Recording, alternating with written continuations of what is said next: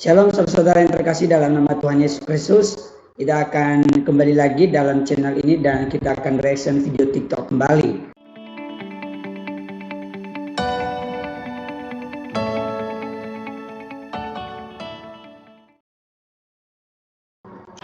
Saya ingin menyampaikan Palestina adalah Indonesia.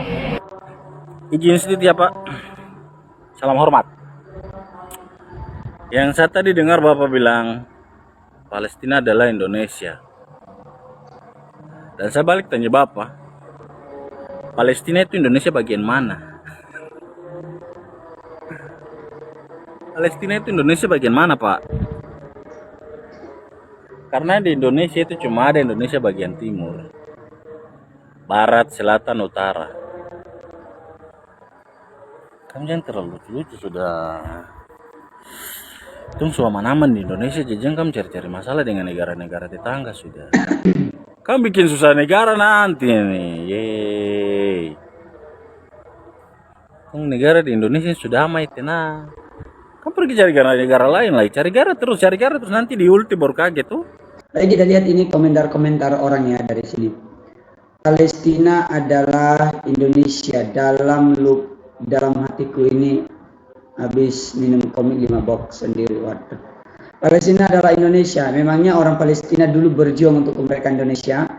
Aku sekolah sudah bertahun-tahun nggak tahu kalau Palestina adalah Indonesia. Palestina adalah Indonesia, ada di provinsi mana? Palestina adalah Indonesia, mbok kira aku rakyatmu itu. Hargai Bung Karno Pak T. Sudah berjuang mati-matian, baru tahu Palestina adalah Indonesia. 12 tahun saya sekolah baru dengar Indonesia adalah Palestina. Salah saya adalah tidak pernah belajar. Generasi Bapak saya menyesal, saya lagi belajar dari SD sampai S1. Tidak tahu Palestina ini di Indonesia bagian mana. Kayaknya suara dari perutnya yang pingin, nggak tahu lah. Respect, cerdas, jelas, dan bijak. Tuh komen sudah Kak Gede, oke. Aku suka logaknya bicara abang dan berarti ini. Sekarang ada ustadz yang mengatakan mencintai negara itu tidak ada dasarnya. Tapi lucunya apa? Ketika Palestina dibom sama Israel, dia membela Palestina pertama kali. Lucunya di mana? Untuk mencintai bangsanya dia membutuhkan dalil, sementara untuk membela negara lain dia tidak membutuhkan dalil. Ini otak yang perlu dimoderasi. Nonton lagi ya. Sekarang ada ustadz yang mengatakan mencintai negara itu tidak ada dasarnya. Tapi lucunya apa? Ketika Palestina dibom sama Israel, dia membela Palestina pertama kali. Lucunya di mana? Untuk mencintai bangsanya dia membutuhkan dalil, sementara untuk membela negara lain dia tidak membutuhkan dalil. Ini otak yang perlu dimoderasi. Ini dari Ustadz Gus Miftah ya. Tapi komentar ini betul sih. Saya nggak tahu ya apakah memang benar ada ustadz saya yang demikian. Tapi kalau dia sendiri yang mengatakan ya mungkin benar. Dan lucu juga kalau memang mereka katakan nggak ada dasar untuk mencintai negara ya. Tapi soal-soal bela negara atau mencintai negara orang lain gitu. Oke, mari kita next pada video berikutnya. Saya juga sering protes Pak, dan juga saya diprotes oleh banyak orang. Perang Israel dan Palestina ini bukan perang agama, ini perang politik. Coba baca bukunya Simon Sebag Montefiore, Jerusalem, The Biography.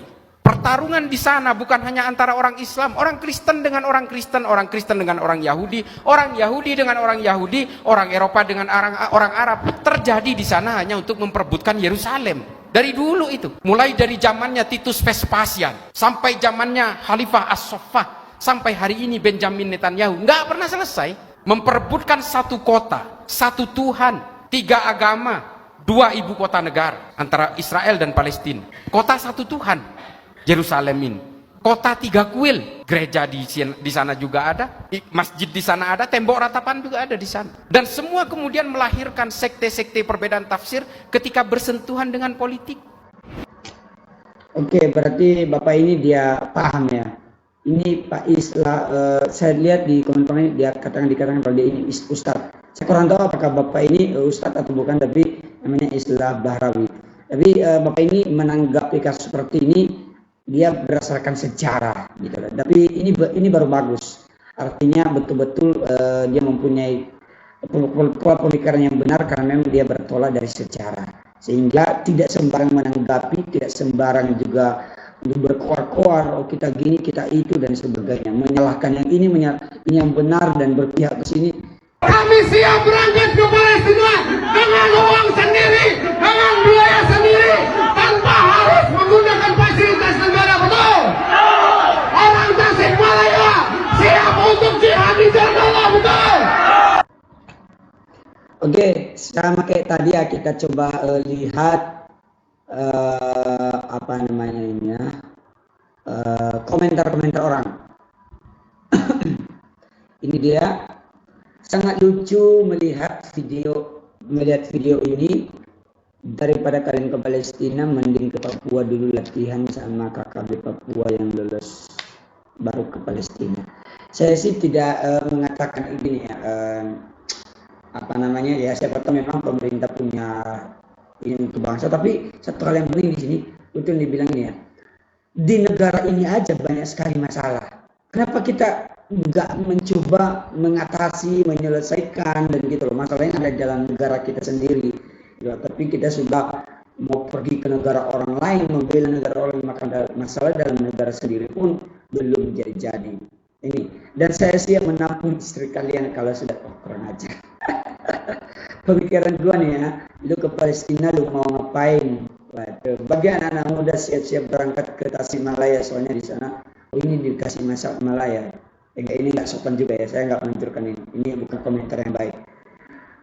Masih ada kan kalian orang tua atau ibu dan bapak kalian, nah silakan urus dan bahagiakan dulu mereka, doakan saja saudara kita di Palestina. Betul, urus sudah ada di sampingmu dan doakanlah yang di sana perang ini. Doa kita pun untuk di sana itu bukan untuk Palestina doang, tapi supaya apa? Supaya mereka ada damai gitu loh. Jangan mendoakan satu, karena gini loh, jangan sampai kita seperti dibilang sama Ustadz sebelumnya tadi itu, berangkat dari sejarah, dan kita membela negara A, negara B, oh negara ini sudah ini dan sebagainya. Tapi kita harus perlu mendoakan supaya damai aja gitu loh, bukan supaya ini yang menang gini, supaya jangan. Kita doakan supaya damai gitu loh, damai. Tapi memang sih ini sudah menuju akhir zaman ya, nggak bisa dipungkiri bahwa peperangan itu ada. Di sana ngapain, serius nanya, sampai Palestina awas musuh terlihat lari-lari. Judul skripsi, pengaruh peningkatan jumlah. Wah, sudahlah. Sampai di Palestina bingung mau sembunyi di sana. Tasikmalaya hebat, saudara Indonesia kriminal semua saat dievakuasi nanti kondisi masih bisa dikenal. Ya, sudahlah, ini komentar-komentar orang deh. Tapi kalau saya sih, saya kurang setuju dengan orang-orang seperti ini. Bukan berarti nggak mendukung mereka, tapi apa ya, apalagi tadi dibilang Indonesia, Palestina adalah Indonesia, ya enggak lah, Indonesia. Walaupun saya tahu pengertian yang dimaksud itu, ya kita lah punya hati karena ada saudara kita di sana yang dalam konotasi tersebut ya, karena katanya banyak saudara-saudara kita Islam gitu. Tapi ya, negara Indonesia bukan negara agama lah ya, walaupun banyak yang mayoritas, tapi bukan berarti Islam mayoritas, bukan negara agama. Oke. Kalau kalian lagi capek, coba inget deh, Tuhan tuh pernah ngomong, marilah datang kepadaku semua yang letih lesu, kan ku berikan kelegaan. Mari datang padaku.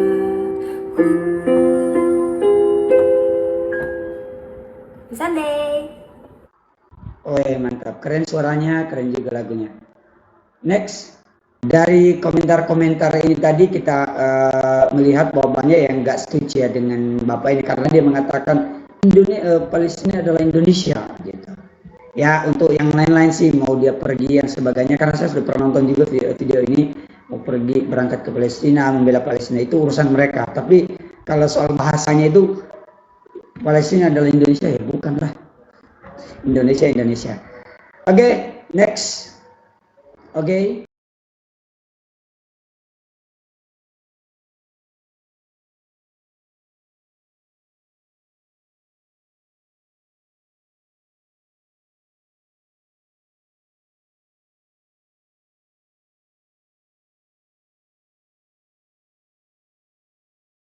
Oke, next.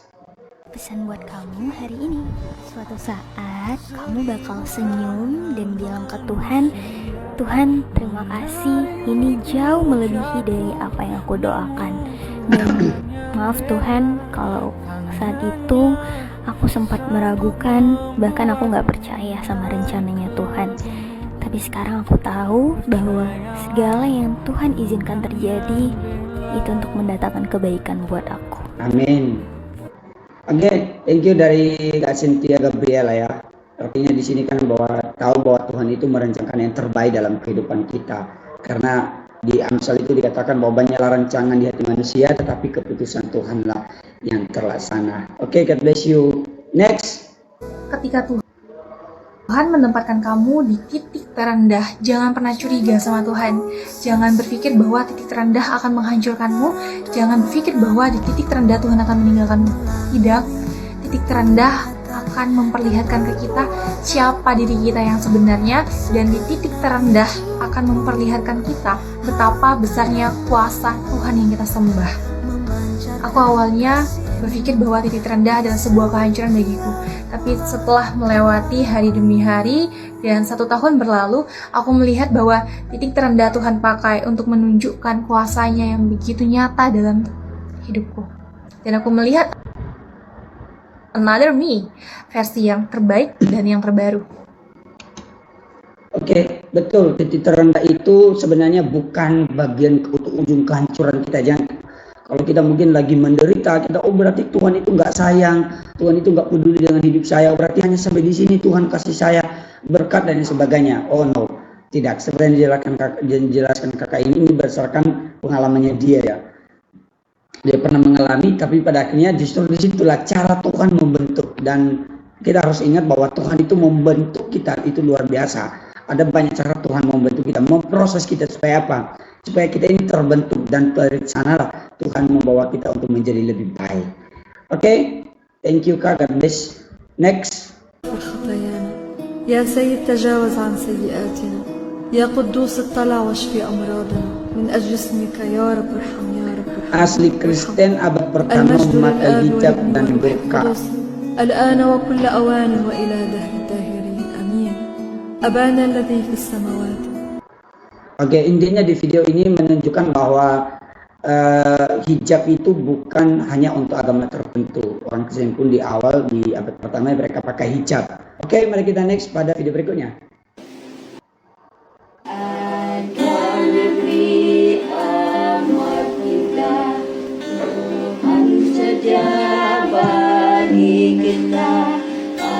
Neneknya suara dia ya.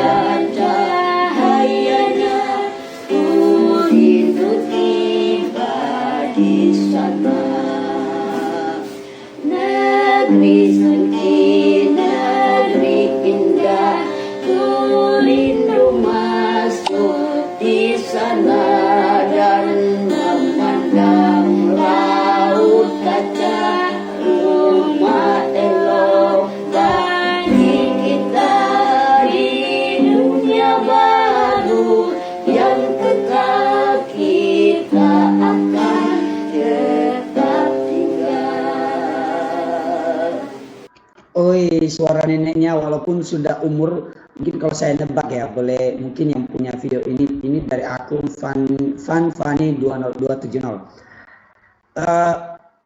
Mungkin umur 70-an ya, bisa jadi 80-an ya. Tapi dia suaranya itu biasanya kalau mungkin sudah umurnya itu false ya, tapi dia suaranya ini bagus. Mungkin waktu masih muda nenek ini penyanyi ya. Maksudnya yang apa worship leader atau dia pemimpin pujian lah. Kalau di Protestan itu kan lebih kepada kayak mungkin dia sering ikut kor, jadi bagus lah dia membawakan kidung gitu. Ini kan lagu Sion nomor 360, sangat indah dan semangat terus memuji Tuhan. Nenek yang terkasih, Tuhan Yesus memberkatimu. Oke, mari kita next pada video berikutnya. Oh, ini Coki si bahagia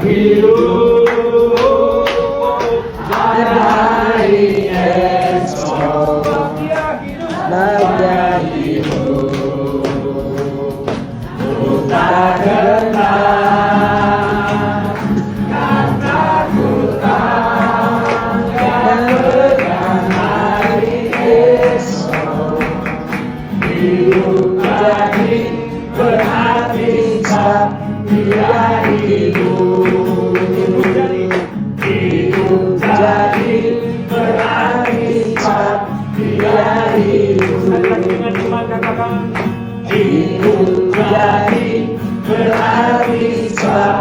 dia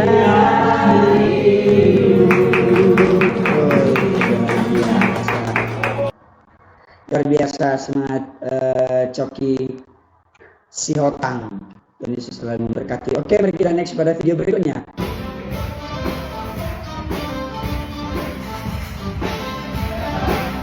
Tempat interlude.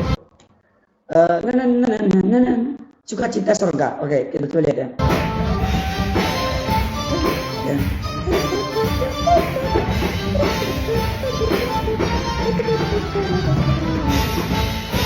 Haleluya.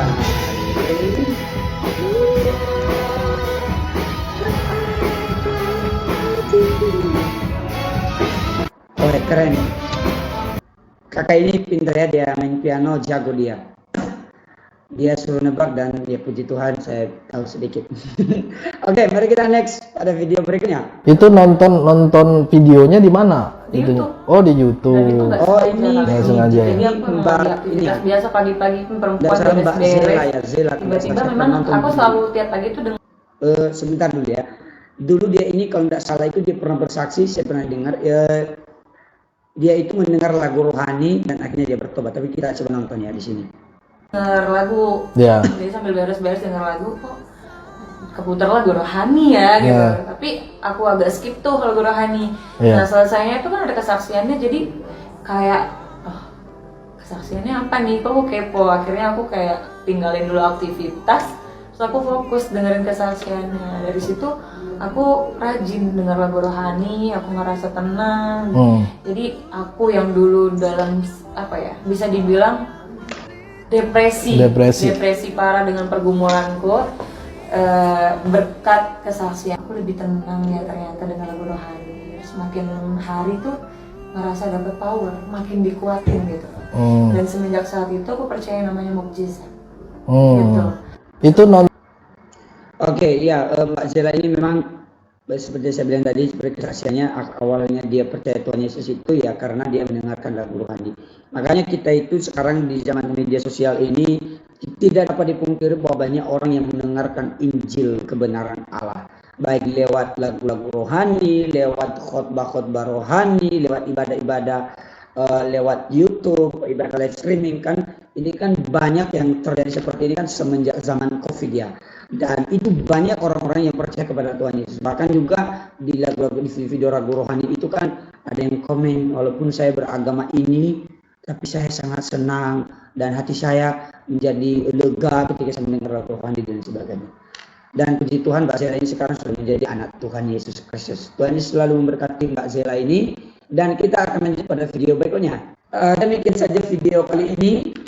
Dan dalam video kali ini mohon maaf jika ada beberapa yang mungkin saya komen tidak bagus, perkataan saya kurang tepat, mohon maaf dan dikoreksi di kolom komentar. Silakan berikan komentar positif, komentar yang mendukung, komentar yang memberkati orang, jangan komentar-komentar yang negatif.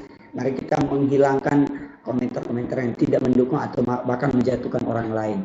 Oleh sebab itu, bagi kalian yang rindu, yang suka nonton TikTok dan ketemu video rohani, dan jika kita reaction bersama-sama, silakan tag di akun TikTok saya, nanti saya kasih tunjuk di sini.